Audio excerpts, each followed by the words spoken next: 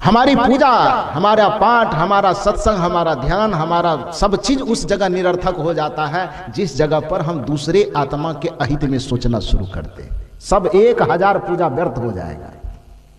1000 पूजा एक तरफ और पूरे संसार के प्रति कल्याण की कामना का फल एक तरफ, दोनों बराबर होगा। हम कोई पूजा न करें, कोई पाठ न करें, लेकिन अपने सच्चे हृदय से सभी मानव के प्रति, सभी प्राणी के प्रति केवल करुणा का भाव रखें, केवल दया का भाव रखें, यही तो धर्म है। हम मंदिर में जाते हैं, इसको धर्म मान लेते हैं, लेकिन दुनिया के विवेकी संतों से पूछिए तो वो कहता है कि मंदिर में जाना धर्म हो भी सकता है, धर्म नहीं भी हो सकता है, लेकिन दया धर्म का मूल है, पाप मूल अभिमान, तुलसी दया न छारिए जब लग घट में प्राण। हमको लगता है कि हम दया करें कि ना करें, राम का नाम ले लिए तो बहुत हो गया। हम सोचते हैं कि हम किसी के प्रति रहम करें कि ना करें, कृष्ण का गुणगान कर लिए बहुत हो गया। लेकिन याद रखिए, राम सुमेरे के रहम करे ना, सो कैसे सुख पाएगा। हम राम का स्मरण तो करते हैं लेकिन हम रहम नहीं करते। हम कृष्ण का स्मरण तो करते हैं लेकिन शुभ कर्म नहीं करते हैं, तो कृष्ण का स्मरण करना बेकार हो जाएगा। हम राम का स्मरण करते हैं लेकिन दिल में दया नहीं है, प्राणियों के प्रति करुणा नहीं है, संपूर्ण मानव के प्रति सद्भावना नहीं है, सब प्राणियों के प्रति हृदय में स्नेह की भावना नहीं है, तो हमारा साजा पूजा पाठ जप तप एकदम शून्य के बराबर हो जाता है और बेकार हो जाता है। राम सुमेरे के रहम करे ना, सो कैसे सुख पाएगा। कृष्ण सुमेरे के कर्म करे ना, यूं ही जग से जाएगा। जो कृष्ण को स्मरण तो करता है लेकिन शुभ कर्म नहीं करता है, जो कृष्ण का स्मरण तो करता है लेकिन बंसी चैन का नहीं बजाता है, तो वह व्यक्ति जीवन में कैसे सफल होगा। अब रात में हम कृष्ण का भजन करें, कृष्ण क्या काम करता था? कृष्ण का कर्म क्या था? बंसी बजा करके लोगों को सुकून देना। हम संत नगर कटोरिया में रहते हैं, कृष्ण जी के भजन भी गाते हैं, भक्ति भी करते हैं, और सुबह सुबह भादव महीना में रोड के किनारे जा करके बंसी फंसाते हैं। कृष्ण बंसी बजाते थे और हम बंसी, कैसे कृष्ण का भजन होगा, सुख कैसे मिलेगा? बंसी फंसाना समझते हैं या नहीं समझते? यहां वाला लोग नहीं समझेगा तो और कहां का समझेगा? गलत कह रहे क्या मनमोहन बाबू? गलत नहीं कह रहे। कृष्ण का यदि हम पुजारी हैं तो हमारा काम बंसी बजाना होना चाहिए, बंसी फंसाना नहीं होना चाहिए। बंसी बजता है, जब कहा जाता है कि कृष्ण की बांसुरी बजती थी तो वृक्ष झूमने लगते थे, पक्षियां नाचने लगती थी, मोर नाचने लगते थे। ये सांकेतिक अर्थ हो सकता है नाचता भी हो सकता ना नाचता हो, लेकिन सांकेतिक अर्थ है कि सभी प्राणी निर्भय हो जाते थे कि कृष्ण की बंसी बज रही है, अब चिंता की कोई बात नहीं, यहां कोई हिंसा नहीं कर सकता है, निर्भयता आ जाती है। लेकिन आप जिस बंसी को लेकर के जाते हैं उस बंसी से क्या होता है? तो कृष्ण का भजन तभी सार्थक होगा। कृष्ण का कर्म बंसी बजाना है, बंसी फंसाना नहीं है। आप यदि कृष्ण का भजन करते हैं, अपने आप को कृष्ण परमात्मा का भक्त मानते हैं, तो आप भी जीवन में दूसरों के लिए प्रेम और करुणा की बंसी बजाना शुरू कीजिए। किसी प्राणी को फंसाने के लिए बंसी बजाना शुरू मत कीजिए। राम सुमेरे के रहम करे ना, सो कैसे सुख पाएगा। कृष्ण सुमेरे के कर्म करे ना, यूं ही जग से जाएगा। यदि हम राम का भजन करते हैं तो कल्पना कीजिए कि राम ने क्या किया था। राम के जीवन में एक ही सबसे बड़ी सार्थकता है कि राम ने अपने भाई के लिए दौलत को ठुकरा दिया। राम ने अपने भाई के लिए दौलत को ठुकराया था और रावण ने दौलत के लिए अपने भाई को ठुकराया था। दो ही अंतर है ना, राम में और रावण में क्या अंतर है? राम ने दौलत को महत्व दिया था कि भाई को महत्व दिया था? राम ने दौलत को महत्व, संसार को महत्व दिया था कि अपने पिता को महत्व दिया था? राम ने गद्दी को महत्व नहीं दिया, राम ने संसार को महत्व दिया, राम ने दौलत को महत्व दिया था कि अपने पिता को महत्व दिया था? राम ने दौलत को महत्व, संसार को महत्व दिया था कि अपने पिता को महत्व दिया था? राम ने गद्दी को महत्व दिया था कि अपने पिता को महत्व दिया था? राम ने गद्दी को महत्व नहीं दिया, राम ने दौलत खजाना को महत्व नहीं दिया, महत्व दिया अपने पिता की वचन का, महत्व दिया अपने भाई के प्रेम का, महत्व दिया अपने माता की मांग का, माता की इच्छा का।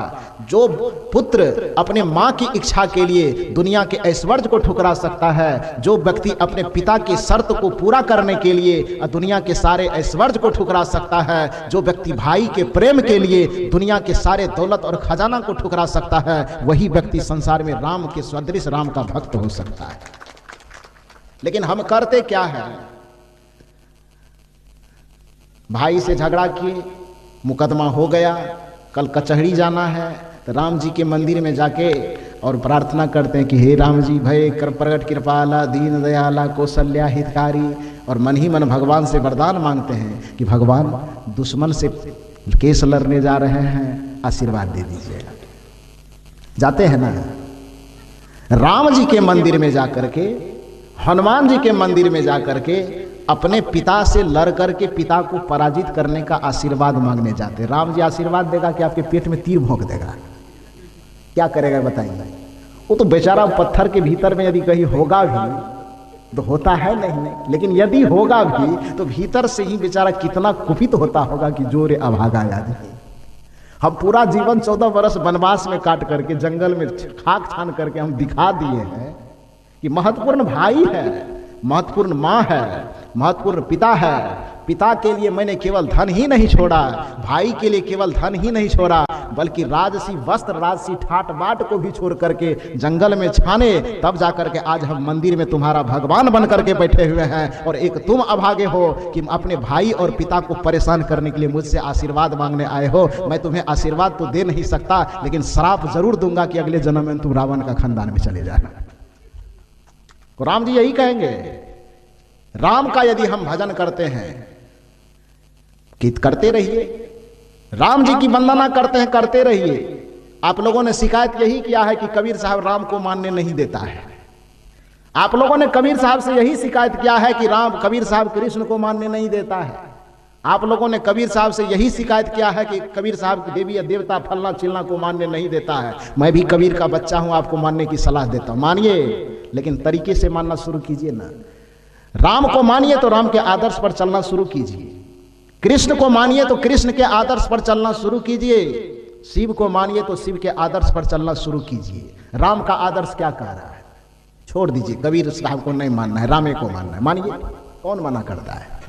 कृष्ण को ही मानना है, मानिए। कौन मना करता है? लेकिन मैंने क्या कहा? कृष्ण का काम है प्रेम बांटना। कृष्ण गाय को पालता था, गाय को काटता नहीं था। कृष्ण के सामने पशु पक्षी कबूतर उड़ते उड़ते, जाइए देखिए कृष्ण के मंदिर में, जहां कहीं भी वृंदावन घूमने चले जाइए आप, या कृष्ण की या दुनिया के कोई भी मंदिर है, किसी भी मंदिर में आप जाकर के देखिए तो मंदिरों में आपको कबूतर की संख्या बहुत ज्यादा मिलेगी, मिलती है ना। वृंदावन में तो और पक्षी भी ज्यादा है, लेकिन अन्य जगह पर किसी भी मंदिर में जाएंगे तो पक्षियों की यानी कबूतरों इत्यादि की संख्या आप ज्यादा देखेंगे। क्यों है? वहां मंदिर में पक्षी ज्यादा क्यों रहता है? क्योंकि मंदिर में जाकर के यह वह महसूस करता है कि यह ऐसा जगह है जहां पर हम सुरक्षित रहेंगे, यह ऐसा जगह है जहां पर हमारे प्राणों की रक्षा होगी, यह ऐसा जगह है जहां पर मेरी हत्या नहीं की जाएगी। लेकिन दुर्भाग्य की बात है, जिस जगह को पशु और पक्षी अपना सुरक्षित जगह समझता था, उसी जगह को आपने हत्या का अड्डा बना दिया और दावा करते कि हमसे बड़ा पुजारी कोई नहीं है। जब मंदिर को आप हत्या का अड्डा बना दिए तो कसाई खाना में क्या काम होगा? गीता पढ़ा जाएगा। काली मां के सामने यदि बकरी का गर्दन काटा जाएगा तो गीता का पाठ कहां होगा? कसाई खाना में। दुर्गा मां के सामने यदि किसी प्राणी की हत्या की जाएगी तो रामायण का पाठ कहां होगा? बीजक का पाठ कहां होगा? धर्म का पाठ कहां होगा? मंदिर से धर्म चलता है, मंदिर से अहिंसा की पाठ पढ़ाई जाती है। मंदिर में हिंसा नहीं होनी चाहिए। देवी के सामने दुष्टों का दलन होता है और वहां जाकर के आप खुद दुष्टता करते हैं। महिषासुर की हत्या क्यों कर दी गई? यदि दुर्गा की ही हम पूजा करते तो महिषासुर को क्यों मारा गया? क्योंकि महिषासुर प्राणियों को सताता था। कथा तो यही कहती है कि महिषासुर प्राणियों को सताता था, तो प्राणियों की रक्षा के लिए दुर्गा मां ने महिषासुर को ही खत्म कर दिया। हम उसी दुर्गा के सामने, महिषासुर बेचारा के छाती में भाला भोंका हुआ है, हम नजर से देख रहे हैं कि महिषासुर को मारा। विचार कीजिए तो क्यों मारा? वो महिषासुर के छाती में जो भाला भोंका हुआ, क्यों भोंका हुआ है? भोंका होगा कि नहीं भोंका होगा ये हम नहीं जानते, इसकी ठेकेदारी भी मेरे पास नहीं है। लेकिन कथा कहानी कहती क्या है? क्यों भोंका हुआ उसके छाती में भाला? इसीलिए क्योंकि वो इतना अत्याचारी था कि किसी भी प्राणी को सताता था। कथा यही कहती है। तो दूसरे को सताने के कारण, दूसरे के पीड़ा देने के कारण, दूसरे पर अत्याचार करने के कारण, दूसरे पर जुल्म ढाने के कारण किसी शक्ति को देखा नहीं गया, तो वह शक्ति उत्पन्न हुई और उस अत्याचार करने वाले को, दूसरे को पीड़ा देने वाले को, दूसरे को सताने वाले को उसकी हत्या कर दी। उसी की विजयादशमी पर्व हम मनाते हैं और उसी देवी के सामने जाकर के छटपटाते हुए प्राणी के गर्दन पे हम तलवार मार देते हैं। हम कसाई नहीं तो हम पुजारी कैसे हो गए बताइए? यदि कबीर साहब इस जगह पर कह देता है संतों पाड़े निपुण कसाई, तो क्या गलत कहता है? आप पुजारी, मंदिर में जाकर के आप पुजारी नहीं बन पाते, आप कसाई बन जाते हैं। धर्म के स्थान पे जाके भी आप दया नहीं सीख पाते हैं, वहां पर निर्दयी हो जाते हैं। धर्म के मंदिर में जाकर के भी आपको अहिंसक होना चाहिए, वहां से आप हिंसा लेकर के आते हैं। घर में तो कदाचित आप अहिंसक बने भी रहते हैं और मंदिर में जाकर के ही आप अहिंसक हो जाते हैं। ये आपकी दुष्ट प्रवृत्ति है। और यदि यह प्रवृत्ति आपके अंदर है तो आप सोचिए कि आपका पूजा आपको सुख कैसे देगा। यदि यह प्रवृत्ति आपके अंदर है तो आप कल्पना करके, सोच करके आप ही बताइए कि आपका धर्म आपको सुख कैसे देगा। आप ही सोच करके बताइए कि आपका तप, आपकी पूजा, आपका पाठ आपको सुख कैसे देगा। कबीर साहब यही आपसे पूछना चाहते हैं कि आप ही जाल बनाए के आप फंसे मतिमंद, कहाँ रोग कहाँ औषधि, कैसे होए आनंद। तुम बताओ कि रोग कुछ और है, दवा तुम कुछ और कर रहे हो। जहां पर गलत होता है वहां पर चित्त में संदेह पैदा होता है।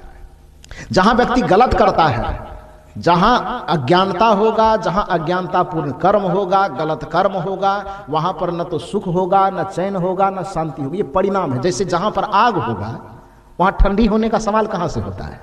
जहां पर बर्फ होगा वहां पर गर्मी होने का सवाल कहां से होता है? दोनों का संबंध, परिणाम, उससे जो पदार्थ से परिणाम खुद जुड़े हुए होते हैं। पदार्थ विज्ञान का यह नियम है कि जो पदार्थ मौजूद रहेगा तो पदार्थ के गुण भी उसके साथ मौजूद रहेंगे। यदि बर्फ है और उस बर्फ के सामने जाकर के कोई व्यक्ति गर्मी की तलाश करे तो यह तलाश कभी सफल नहीं होगी। आग में कोई व्यक्ति ठंडी की तलाश करे तो वह तलाश पूरी नहीं होगी। आग से कभी ठंडी मिल नहीं सकती और बर्फ से कभी गर्मी मिल नहीं सकती।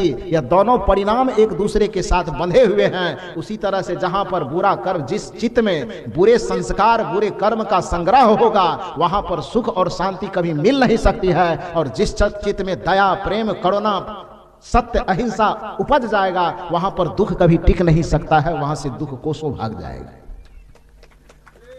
जिस चित्त में अज्ञानता होगी उस चित्त में भय होगा।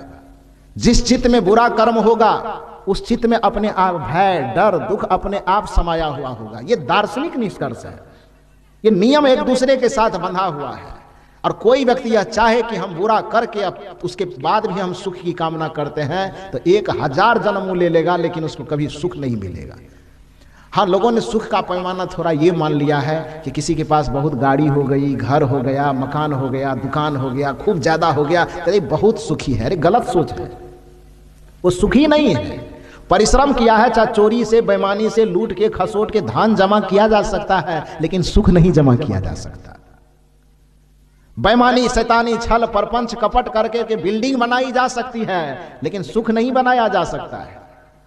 पैसों से, धन से हमारी सुविधा का संबंध है, सुख का संबंध नहीं है। यदि धन से सुख का संबंध होता तो आप कल्पना कीजिए, जाकर के किसी मेडिकल वाले से पूछिए कि मेडिकल वाले यदि अपने दुकान में नींद की गोली रखती है और शाम में जाकर के उससे पूछिए कि नींद की गोली आपके दुकान से कौन ज्यादा खरीदता है? टमाटर उपजाने वाला किसान, तसला उठा करके मजदूरी करने वाला, ये खेत में कुदाली चलाने वाला। मेडिकल स्टोर से, यदि यहां कोई बैठे हो मेडिकल वाले तो मुस्कुराता होगा बेचारा। जाके बड़े बड़े शहरों में पूछिए मेडिकल दुकानों पर कि आपके यहाँ से जो मेडिकल में नींद की दवाई, नींद की गोली बिकती है, तो वो नींद की गोली खरीद करके कौन ले जाता है? मजदूर, जो कुदाली चलाता है, जो तसला ढोता है, जो कंधे पर गट्ठर रख करके व्यापार करता है, धंधा करता है, जो रोड बनाता है, जो मजदूरी करता है, मिल चलाता, क्या वो ले जाता है? यदि मेडिकल स्टोर वाला ईमानदार होगा वो कहेगा नहीं। जो खेत में दिन भर पसीना चुबाता है उसको नींद की गोली लेने की जरूरत नहीं पड़ती। जो एम्बेसडर कार में घूम करके दिन रात दांव पेंच खेल करके लाखों कमाता है, उसको रात में नींद के लिए भी अपना जीवन नसीब नहीं है। नींद के लिए भी उसको दवाई पर निर्भर होकर के तब तक यहाँ पर सोना पड़ता है। इतनी पैसा कमा करके क्या करोगे जहां पर बढ़िया से तुम्हारा पेट अनाज भी न पचा सके? वो पैसा कौन सा सुख देगा? जो पैसा, जो संपत्ति, जो धन, जो दौलत, जो मकान तुमको तकिया पर 4 घंटे की नींद भी न दे सके, वो पैसा आपको सुख कैसे दे सकता है? इसका ये अर्थ नहीं कि पैसा कमाना नहीं चाहिए, मेरे कहने का उल्टा अर्थ नहीं लीजिएगा।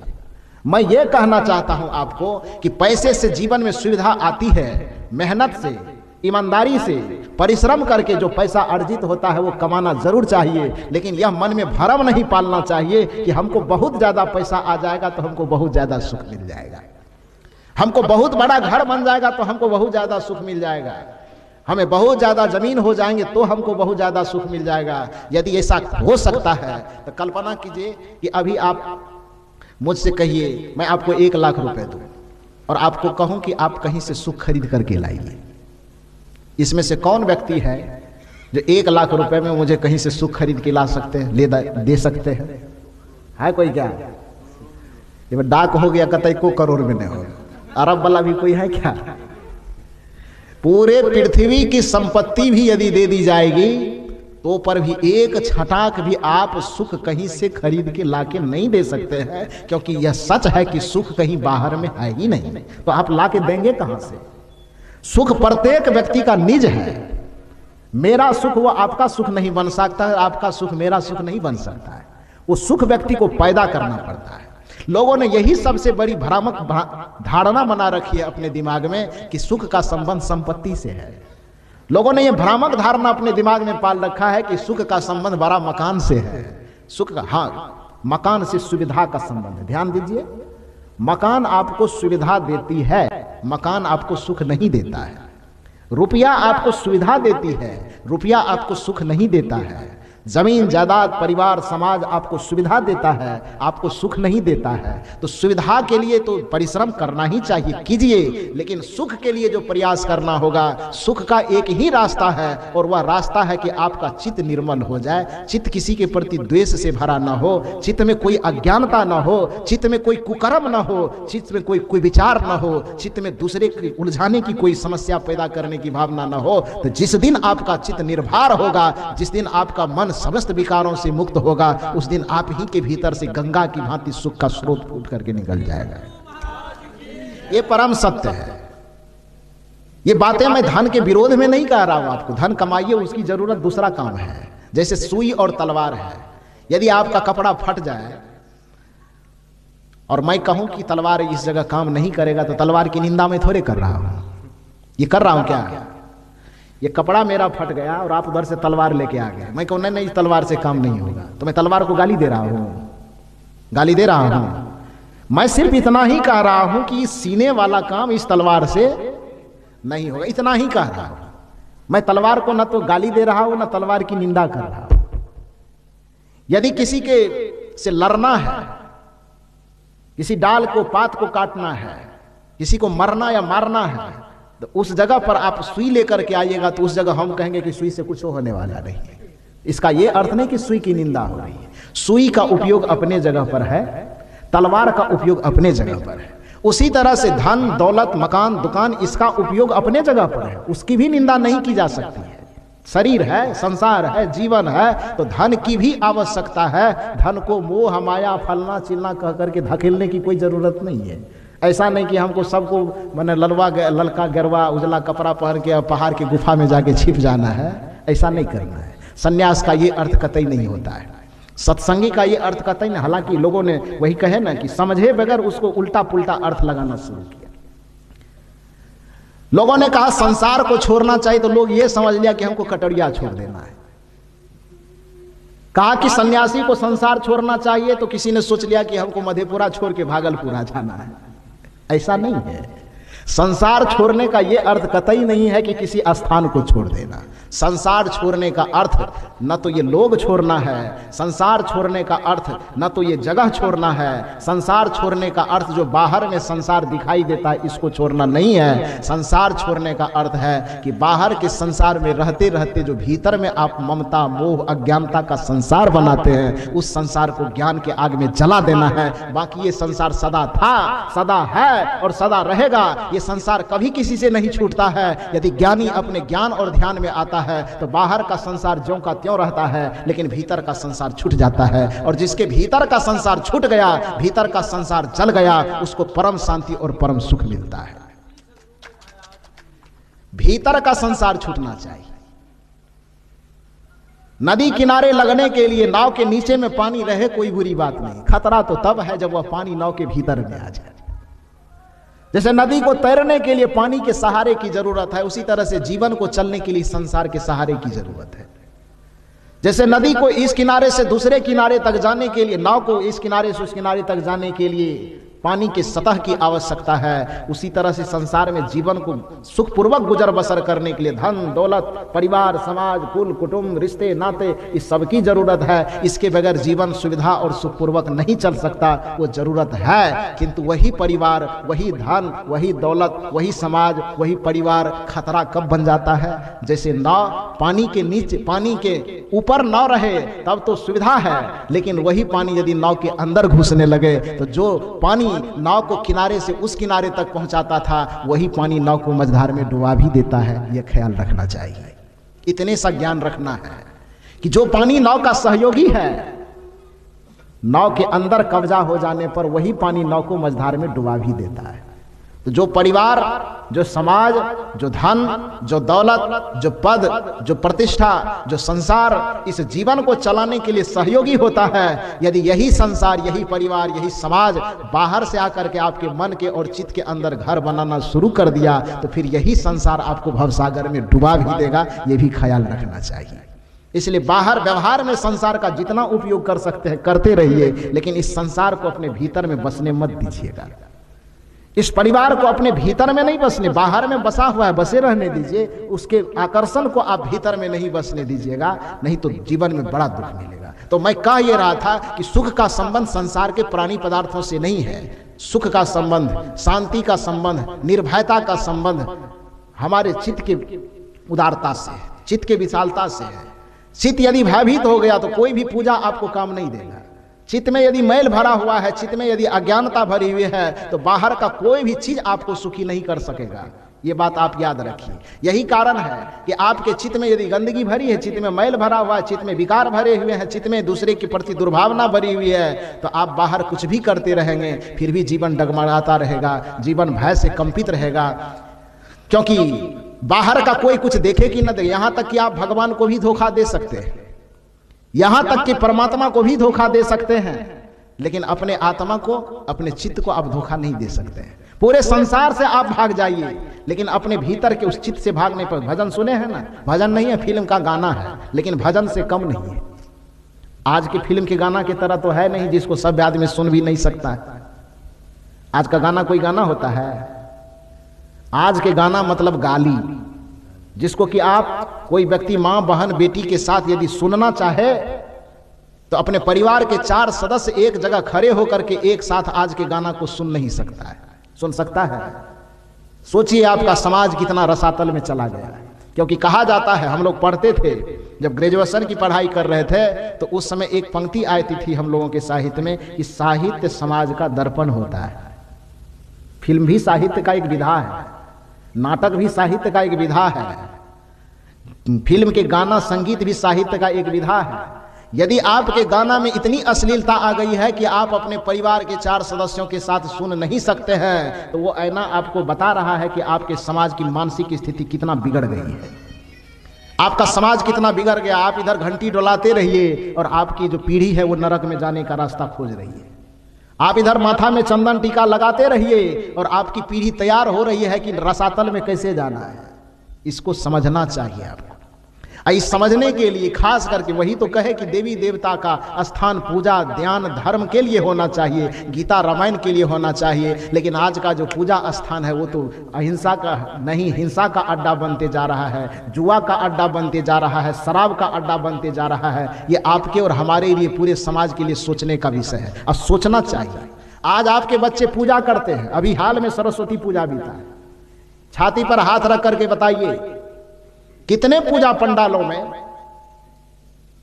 इंसाफ के डगर पे बच्चों दिखाओ चल के यह देश है तुम्हारा नेता तुम ही हो कल के गाया गया है। कितने पंडालों में यह गाना लगाया गया कि सारे जहां से अच्छा हिंदुस्तान हमारा। कितने पंडालों से यह गाना का आवाज निकला है कि हम लाए हैं तूफान से किश्ती निकाल के, इस देश को रखना मेरे बच्चों संभाल के। कितने पंडाल से निकला है, कितने पंडाल से ये गाना का शब्द निकला आपने सुना है। ये बताइए कि माँ बाप से बढ़कर जग में कोई दूजा नहीं खजाना, जिसने तुझे जन्म दिया रे दिल उसका नहीं दुखाना। कितने पंडालों से आपने सुना है, बताइए।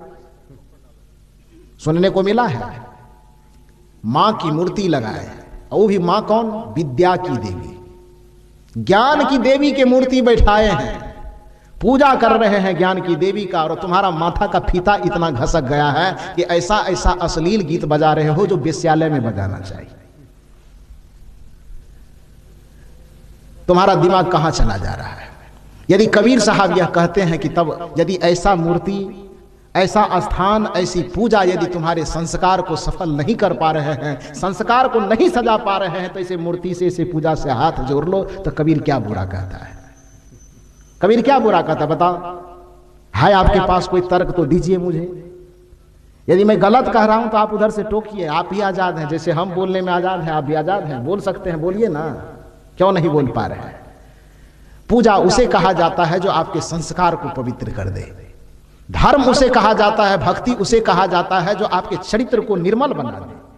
धर्म, पूजा पाठ, भक्ति, भजन उसे कहा जाता है जो आपके संस्कारों को इतना महान बना दे कि आपको देख करके कोई व्यक्ति कहे कि ये 4 दिन पूजा कर करके पंडाल से आया है, देखो इसकी चाल कैसे बदल गई है।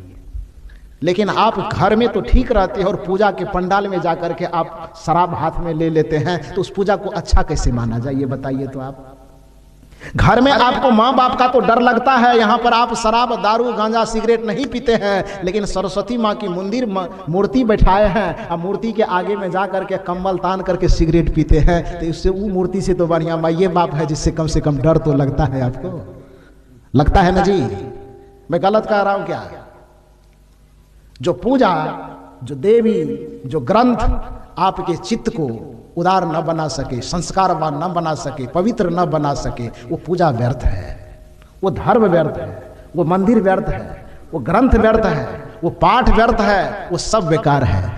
जिसके दिल में दया का खजाना नहीं, राम का नाम लेने से क्या फायदा। दान का हाथ आगे बढ़ाया नहीं, खाली माला हिलाने से क्या फायदा। राम का नाम लेते हैं तो आप में रहम पैदा होना चाहिए, कृष्ण का नाम लेते हैं तो आप में कर्म के प्रति आस्था पैदा होनी चाहिए, शुभ कर्म आपके जीवन में, शुभ संस्कार आपके जीवन में जगना चाहिए। तो बंधुओं, मैंने कह रहा था यह कि आप ही जाल बनाए के आप फंसे मतिमंद, कहाँ रोग कहाँ औषधि, कैसे होए आनंद। रोग कहीं और है, औषधि की तलाश कहीं और कर रहे हो, आनंद कैसे मिलेगा। दुख और सुख का संबंध चित्त से है। तो मैंने कहा भगवान को भी लोग धोखा दे सकते हैं, लेकिन अपने आप को धोखा नहीं दे सकते। मैं बता रहा था आपको कि फिल्म का गाना, पुराना फिल्म का गाना है, अभी के फिल्म के गाना ऐसे हैं जिसे अपने परिवार के 4 सदस्यों के साथ आप सुन नहीं सकते हैं। लेकिन पुराना फिल्म का गाना है, उसको आप दुनिया के किसी भी तुलसी, सुर, मीरा के भजन की पंक्ति में खड़ा कर देंगे तो भजन से 10 कदम आगे निकल जाएगा। तोरा मन दर्पण कहलाए, इसको तो आज तक आप भजने मान करके सुनते हैं। और आपकी बात तो छोड़िए, हम खुदे मान रहे थे कि ये भजन है कहीं का, लेकिन बाद में पता चला कि ये तो फिल्म का गाना है। बाद में पता चला तोरा मन दर्पण कहलाए, भले बुरे सारे कर्मों को देखे और दिखावे, तोरा मन दर्पण कहलावे। इस भजन में जो मैं आपको बताना चाह रहा था वो कड़ी आगे है। वो कड़ी क्या है? मन ही देवता मन ही ईश्वर, मन से बरा न को। यदि चित्त पवित्र हो, चित्त संस्कार से भरा हो, चित्त शुभ गुणों से भरा हुआ हो, तो इतनी सामर्थ्य आपके पास है कि भगवान को भी आप नचा सकते हैं। भागवत क्या कहती है? राधा गोपिका जितनी है जो कृष्ण को अपने उंगली के इशारे पे नचाती है, तो राधा के बपोती राज में थोड़े कृष्ण बसा हुआ था कि डर से नाच रहा था। गोपिकाओं के बपोती राज में तो बसा था नहीं, कि कृष्ण के बापे खुद राजा था, तो वो काहे ले डरेगा किसी से, लेकिन फिर भी नाचता था। कथा यह कहती है कि राधा और गोपिका इत्यादि जिसके इशारे पे भगवान नाचते थे, उसके हृदय में केवल और केवल विशुद्धता थी, प्रेम था, करुणा था, दया था, ममता था। किसी के प्रति कोई ईर्ष्या, द्वेष, छल, प्रपंच, कपट की कोई भावना नहीं थी। तो राधा सहित उनकी सारी सखियां अपने हृदय को इतना पवित्र बना लिया था, इतना महान बना लिया था कि उसके पवित्र हृदय के सामने में भगवान को ही नाचना पड़ता था। जैसे जैसे उंगली का इशारा करती थी वैसे वैसे भगवान नाचते थे। किसी कवि ने बड़ा अच्छा कहा है, जेही कान्हा के दर्शन खातिर, कवि का नाम याद नहीं है, बीए में जब पढ़ाई कर रहे थे तो उसी में ये आया था, कोर्स की पढ़ाई। ध्यान से सुनिए आप। जेही कान्हा के दर्शन खातिर सुर नर मुनि सब ध्यान धरतु है। सुन रहे मेरी बात को? जेही कान्हा के, कान्हा माने कृष्ण, जेही कान्हा के दर्शन खातिर सुर नर मुनि सब ध्यान धरतु है। सुर नर मुनि सब ध्यान लगाते हैं कि कान्हा का, कृष्ण का, भगवान का, परमात्मा का दर्शन हो जाए। इस पंक्ति का यही मतलब हुआ कि जेही कान्हा के दर्शन खातिर सुर नर मुनि सब ध्यान धरत है, तेही कान्हा को ग्वालन की छोकरी एक चुलू छाछ पर नाच नचाते है। मतलब जो ग्वाल की छोकरी मैंने लड़की, ब्रज भाषा में शायद ये है, ब्रज भाषा है कि वहां जो ग्वालन की छोकरी मैंने ग्वालन की जो लड़कियां हैं, वो लड़कियां एक चुल्लू छाछ, छाछ समझते हैं ना, दही का, जिसको घोड़ बोलते हैं आप लोग, मट्ठा, तो वो दही का छाछ, दही भी नहीं, मक्खन भी नहीं, दूध भी नहीं, खीर भी नहीं, बतासा, रसगुल्ला, मिठाई नहीं, छाछ जिसको मैंने हम लोग कहते हैं बेकार की चीज है, वो सार चीज निकाल लिया, वो असार चीज, उसमें कोई मतलब नहीं, कोई ताकत नहीं, कोई पावर नहीं है। कवि कहते हैं कि जेही कान्हा के दर्शन खातिर सुर नर मुनि सब ध्यान धरत है, तेही कान्हा को ग्वालन की छोकरी एक चुल्लू छाछ पर नाच नचाता है। वही कान्हा को, वही भगवान को एक चुल्लू छाछ दे करके वो अपने उंगली के इशारे पे नाच नचा देता है। तो पावर उस छाछ में नहीं है, पावर उस छाछ के कारण वो नाच रहा, ऐसा बात नहीं है। नाच, यदि नाच उस छाछ के कारण होता तो विदुरानी केला का छिलका खिला रही थी तो कृष्ण नाच रहे थे, और वही विदुर जा करके कहा विदुरानी से कि ये क्या कर रही हो, अरे छिलके खिला रही हो, केला को फेंक रही हो। विदुर के टोकने पर जब उसको होश आया तो उसे लगा रही ये तो गलत हो गया, तो छिलका छोड़ करके अब केला देने लगी, तो कृष्ण का मुंह लटक गया। कृष्ण ने कहा कि क्या हुआ? विदुर जी ने पूछा कि भगवान क्या हुआ, केला में रस नहीं है क्या? कृष्ण ने कहा कि केला की छिलका पहले खा रहे थे, केला अभी खा रहा हूं। विदुर जी मुंह इसलिए लटक गया कि आप छिलका फेंकवा करके केला खिलवा दिए, मुझे केला का रस तो मिल गया, लेकिन केले के छिलके में जो मुझे प्रेम का रस मिल रहा था, उस केले में मुझे प्रेम का रस नहीं मिल रहा है। ताकत, रस, शक्ति चीजों में नहीं होती है, वो भावना में होती है। ग्वालन की छोकरी यदि नाच नचाती है, राधा राधिका यदि कृष्ण को नाच नचाती है, तो छाछ के कारण नहीं, बतासा के कारण नहीं, वो प्रेम की शक्ति के कारण, हृदय की शुद्धता के कारण, हृदय की पवित्रता के कारण उसको नचा पाने में सफल होता है। वरना यदि संपत्ति से, दौलत से, अच्छे व्यंजन से तौला जाता तो दुर्योधन के घर में 56 प्रकार का व्यंजन परसा हुआ था, विदुर के घर में साग खाने की क्या जरूरत थी? यदि सबरी के जैसा हृदय आपका पवित्र हो जाए तो भगवान को बुलाने की आवश्यकता नहीं पड़ेगी। भगवान आपके दरवाजे पर बिना बुलाए आएंगे ही, और आने की बात तो छोड़िए, आपके घर में मावा मिष्ठान मिले न मिले, आपके जूठे बैर तक खाने के लिए वो तैयार हो जाएंगे। इतनी पावर शुद्ध हृदय में है। अपने विशुद्ध चित्त में इतनी शक्ति है, अपने शुभ संस्कार में इतनी शक्ति है कि भगवान को अपने इशारे पर आप नचा सकते हैं। ये पावर है, लेकिन शर्त यह है कि आपका चित्त शुद्ध होना चाहिए। आप यही काम करना छोड़ करके बाकी दुनिया का सारा काम करते हैं। रोग यह है, इलाज यहां करना था, काम ये करना था, हम ये नहीं करके बाहर भटकना शुरू कर दिया। जलोटा जी ने एक पद में गाया है जो कई बार आप लोग सुने भी हैं, धोना था मन। काम क्या करना था? चित्त को, मन को धोना था। हम करने क्या लगे? धोना था मन भूल गया तू, धोता रहा तन मल मल के। चापाकल पे धोए, पोखर में भी जाके रगड़े, यहां से संतोष नहीं हुआ तो गंगा जी गए, यहां से संतोष नहीं हुआ तो यही गंगा जी को छोड़ करके प्रयागराज चले गए। वहां भी यही गंगा है, गंगा तो यही है, यहां भी है वहां भी, लेकिन वहां चले गए। वहां भी रगड़ने से संतोष नहीं हुआ, तब उद्गम स्थल जो हरिद्वार है वहां पर जा रहे हैं रगड़ने के लिए। लेकिन एक एक काम होगा, चाहे चापाकल पे रगड़िए कि गंगा में रगड़िए कि प्रयाग में रगड़िए कि हरिद्वार में रगड़िएगा, काम आपको करना क्या था? कहां रोग, कहां औषधि? दर्द है पैर में और महलम घस रहे हैं माथा में, तो पैर का दर्द कैसे छूटेगा ये बता दो तो। लगी है प्यास, खा रहे हैं रसगुल्ला, तो रसगुल्ला से पेट भरता है, प्यास नहीं बुझती है। जिसका जो काम है वही करेगा। कबीर साहब यही प्रश्न आपको बार बार दोहराते हैं कि आप ही जाल बनाए के आप फंसे मतिमंद, कहां रोग कहां औषधि, तो कैसे हो आनंद? प्रश्न आपसे कि आनंद कैसे होगा बताओ, सुख कैसे मिलेगा तुम ही बताओ, शांति कैसे मिलेगी तुम ही बताओ। तो जलोटा जी गाते हैं, धोना था मन भूल गया तुम, धोता रहा तन मल मल के, घर का ईश्वर भूल गया तू, तीरथ करता चल चल के, धोना था मन भूल गया तू, धोता रहा तन मल मल के। धोना कुछ और था और धोते हम और कुछ रह गए।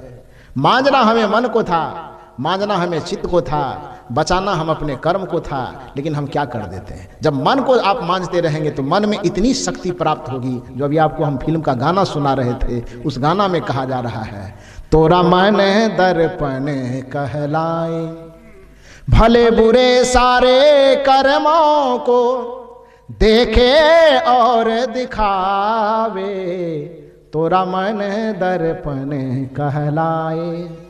जिस दिन वह चित्त वह मन पवित्र हो गया, शुभ संस्कारों का फूल उसमें भर गया, तो मन क्या होगा? मन ही देवता, मन ही ईश्वर, मन से बड़ा न को। इस चित्त से बड़ा कोई नहीं है, क्योंकि उसी में सुख के सारे स्रोत छिपे हुए हैं, सुख का सारा फार्मूला छिपा हुआ है। मन ही देवता, मन ही ईश्वर, मन से बड़ा न को। ध्यान दीजिए, मन उजियारा जब जब होवे, जग उजियारा हो। मन जब जब उजियारा होगा, मन जब जब प्रकाश से भरेगा, मन जब जब ज्ञान से भरेगा, तो ये पूरा संसार आपको ज्ञानमय दिखाई देगा। मन जब जब सुख से भरेगा, मन जब जब शुभ से भरेगा, पूरा संसार शुभ और सुखपूर्ण दिखाई देगा। मन ही देवता, मन ही ईश्वर, मन से बड़ा न को। मन उजियारा जब जब होवे, जग उजियारा हो। जग से चाहे भाग ले कोई, मन से भाग न पाए, तोरा मन दर्पण कहलाए। पूरे संसार से भाग लीजिए, लेकिन आप अपने मन से नहीं भाग पाइएगा। पूरे संसार से, यहां तक कि यदि कोई परमात्मा बैठा हुआ है तो कल्पना करके सोच लीजिए कि आप परमात्मा से भी कोई बात छिपा लीजिए, छिपेगा नहीं। फिर भी मान लीजिए कि हम छिपा सकते हैं, लेकिन जग से चाहे भाग ले कोई, मन से भाग ना पाए। उस चित्त के नजर से कैसे बच पाएंगे? अंत में एक कहानी कह करके मैं अपनी बातों को विराम दूंगा।